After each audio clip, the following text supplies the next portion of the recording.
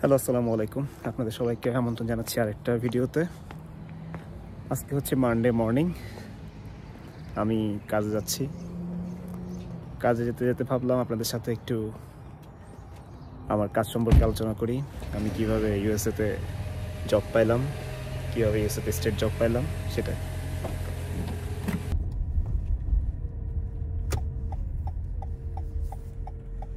এখানে সকালটা অনেক সুন্দর হয়। আমি খুব আর্লি মর্নিংয়ে কাজে যাই। আমি নর্মালি কাজ স্টার্ট করি 7:30 থেকে 7:30 to 4 আমার অফিস টাইম। স্প্রিংয়ের গাছগুলো খুব সুন্দর। কিছু কিছু গাছে ফুল আসতেছে, কিছু কিছু গাছে ফুল থেকে পাতা হয়ে গেছে। আমাদের নেইবারহুডটা আসলে খুব সুন্দর, বিশেষ করে এই গাছগুলা। এগুলা ফার্স্টে ফুল আসছিল, ফুল থেকে এখন পাতা হচ্ছে।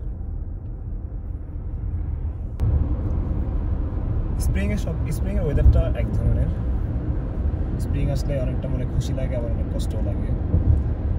যেমন স্প্রিংয়ের ওয়েদারে কোনো ঠিক নেই, কখনো টেম্পারেচার 40 ডিগ্রি ফারেনহাইটের নিচে নেমে যায়, কখনো আবার 65-70 এখানে এরিও হয়ে যায়।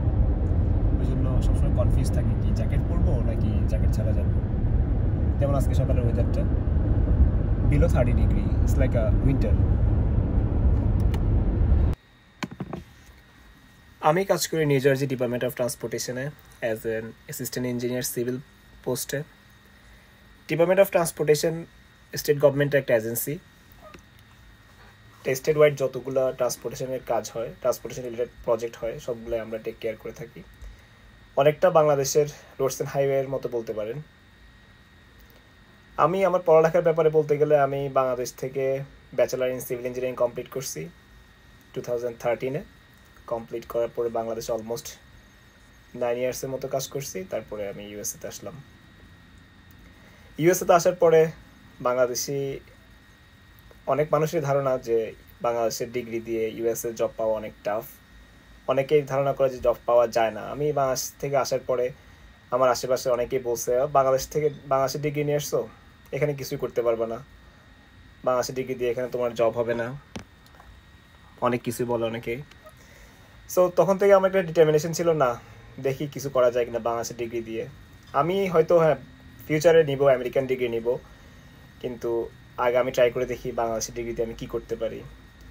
সো এই জন্য আমি প্রথম থেকে একটা প্রিপারেশন নিয়ে আসছিলাম। বাংলাদেশ থেকেই আমি যখন আমার ভিসা ইন্টারভিউ দিব, তার আগেই আমি আমার যে বাংলাদেশি ডিগ্রিটা আছে bachelor of science in civil engineering, ওইটা কীভাবে আমি ইভালুয়েশন করা যায় আমি সেটা চিন্তা ভাবনা করতেছিলাম। সো আমি বাংলাদেশ থেকে ওয়েজের মাধ্যমে WES, that is called World Education Services, ওদের মাধ্যমে আমার ডিগ্রিটা ইভালুয়েশন করার জন্য করি। আমি আসার 2 মাস আগে সব কিছু মোটামুটি কমপ্লিট করি এবং সাবমিট করি ওয়েজের অ্যাপ্লিকেশনটা। অ্যান্ড আমি আমেরিকাতে আসার 1 মাসের মধ্যে আমার ইভালুয়েশনের রেজাল্টটা চলে আসে।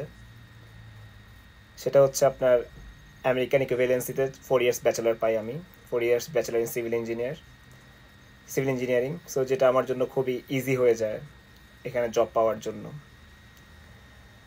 বাংলাদেশি কমিউনিটি অনেকেই অনেক কথা বলে, এগুলো আসলে তেমন কান দেওয়া উচিত না। আর এগুলো অনেকটা সত্যও কথা, কারণ স্টার্টিংয়ে সবাই কিন্তু অড জব দিয়ে শুরু করে। আমিও অড জব দিয়ে শুরু করছি। আমিও যখন স্টার্ট করি আমার ফার্স্ট জব ছিল ডানকিন ডোনাটে, যেটা একটা কফি শপ। আমার ইউনিভার্সিটির এক বড় ভাই আমাকে বললো তুমি স্টেট জব অ্যাপ্লাই করতে পারো। তখনই আমার মাথার মধ্যে বাংলাদেশের সরকারি জবের কথা চলে আসলো। আমরা তো দেশে মোটামুটি 1000 টাকা ব্যাংক ড্রাফট করে অ্যাপ্লাই করতে হয়, তারপর রিটেন ভাইবা পাস করার পরে তারপর সবচেয়ে বড় ব্যাপার সেটা হচ্ছে ঘুষের ব্যাপারটা আসে। অনেকের ঘুষ দিয়েও চাকরি হয় না বাংলাদেশে। তো আমি দেশকে ছোটো করে বলছি না, যেটা জাস্ট আমাদের সিস্টেমটা নিয়ে বললাম। আমার মাথায় ওইটা আসলো, তখন উনি আমাকে বললো এত কিছু এখানে লাগে না, তুমি জাস্ট অ্যাপ্লাই করো, তারপরে দেখো কি হয়।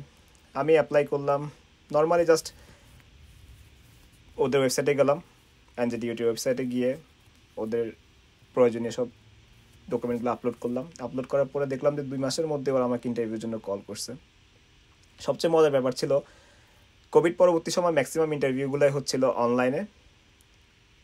সো আমার ইন্টারভিউ অনলাইনে ছিল, ভার্চুয়াল ইন্টারভিউ, এবং আমি খুব ইমপ্রেসড যে এখানে আমার অ্যাপ্লাই করতে 1 টাকা লাগলো না, উইদাউট এনি ব্যাঙ্ক ড্রাফট আমি অ্যাপ্লাই করলাম। অ্যাপ্লাই করার পরে আমি ঘরে বসে ইন্টারভিউ দিলাম, ইভেন আমার জবটা হয়ে গেল আল্লাহর রহমতে। সো দেখা গেল যে এখানে জবটা পুরো একদম ফ্রি। জব অ্যাপ্লাই করতে গিয়ে আমার কাছে মনে হলো এখানে 2টা বিষয় খুবই ইম্পর্টেন্ট। একটা হচ্ছে ড্রাইভিং লাইসেন্স, আরেকটা হচ্ছে আপনার ডিগ্রিটা ইভ্যালুয়েশন করা। আরেকটা ইম্পর্টেন্ট জিনিস হচ্ছে ড্রাইভিং লাইসেন্স। ড্রাইভিং লাইসেন্স কতটা প্রয়োজন যারা আমার মতো কান্ট্রি সাইডে থাকেন তারা ভালোই জানেন। সিটি লাইফ আপনি ইজিলি কাটাই দিতে পারবেন পাবলিক ট্রান্সপোর্টেশন ইউজ করে, বাট আমরা যারা নিউ জার্সিতে থাকি ম্যাক্সিমাম জায়গাতে পাবলিক ট্রান্সপোর্টেশনটা রেয়ার। আর উবার ট্যাক্সি ইউজ করবেন, উবার ট্যাক্সিতে আপনার 5 to 7 মাইল যাইতে $10 শেষ হয়ে যাবে। আমি আমার বাসা থেকে প্রায় 35 মাইল দূরে গিয়ে অফিস করি। চিন্তা করেন যদি আমি প্রত্যেক দিন আমাকে যাওয়া আসাতে ট্যাক্সি ইউজ করতে হয় বা উবার ইউজ করতে হয়, তাহলে আমার কত টাকা আপনার চলে যাবে শুধু ট্যাক্সি আর উবারের পিছনেই। সো আমার যারা বাংলাদেশি ভাই বোনরা আমেরিকাতে আসবেন বা অলরেডি চলে আসছেন, ওদের কাছে একটা অনুরোধ, আপনারা এসে মাত্র ফার্স্ট ড্রাইভিং লাইসেন্সটা নিয়ে নেবেন, কারণ ম্যাক্সিমাম জবের ক্ষেত্রে কিন্তু ড্রাইভিং লাইসেন্স একটা রিকোয়ারমেন্ট।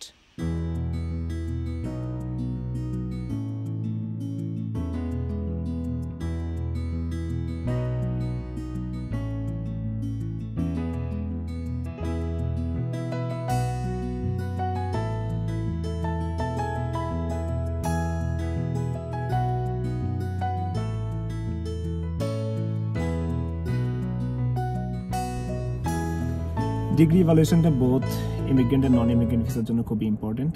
নন ইমিগ্রেন্ট ভিসা বলতে আমি এখানে স্টুডেন্ট ভিসাদেরকে বোঝাচ্ছি।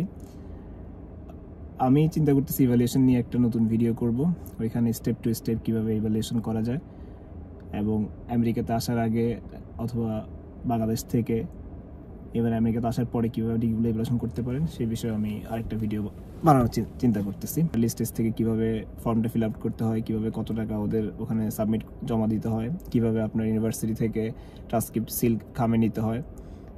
আর আপনারা যারা আমাদের এনজেডিওটিতে অ্যাপ্লাই করতে চান, এনজেডিওটি ইয়ার রাউন্ড আপনার হয়, ওদের ওপেনিং থাকে, অ্যাপ্লাই করতে চাইলে আমার সাথে কন্ট্যাক্ট করতে পারেন। এছাড়া আমার বাংলাদেশি ভাই বোনেরা যারা এখন কলেজের সিনিয়র ইয়ারে আছে ওরা চাইলেও এনজেডিওটিতে অ্যাপ্লাই করতে পারে। আর যে কোনো বিষয়ে যে কোনো পরামর্শ লাগলে এনজেডিওটির ব্যাপারে আমার সাথে যোগাযোগ করতে পারেন। আমি চেষ্টা করব আপনাদেরকে হেল্প করার জন্য। এনজেডিওটিতে ইয়ার রাউন্ড ওপেনিং থাকে। আমাদের বাংলাদেশি ভাই বোনদের যাদের গ্রিন কার্ড আছে ওরা চাইলে বিভিন্ন পোস্টে অ্যাপ্লাই করতে পারেন। সেক্ষেত্রে যদি কারো হেল্প লাগে আমার সাথে কন্ট্যাক্ট করতে পারেন, আমি চেষ্টা করব হেল্প করার জন্য। আর এই ভিডিওর মাধ্যমে যদি আপনারা সামান্যটুকু উপকার পেয়ে থাকেন সেটা আমার জন্য অনেক কিছু, আমি নিজেকে অনেক হ্যাপি মনে করবো আপনাদের সামান্যটুকু উপকার করতে পেরে। আজ এই পর্যন্তই, দেখা হবে আগামী কোনো ভিডিওতে। সে পর্যন্ত আল্লাহ হাফেজ, আসসালামু আলাইকুম।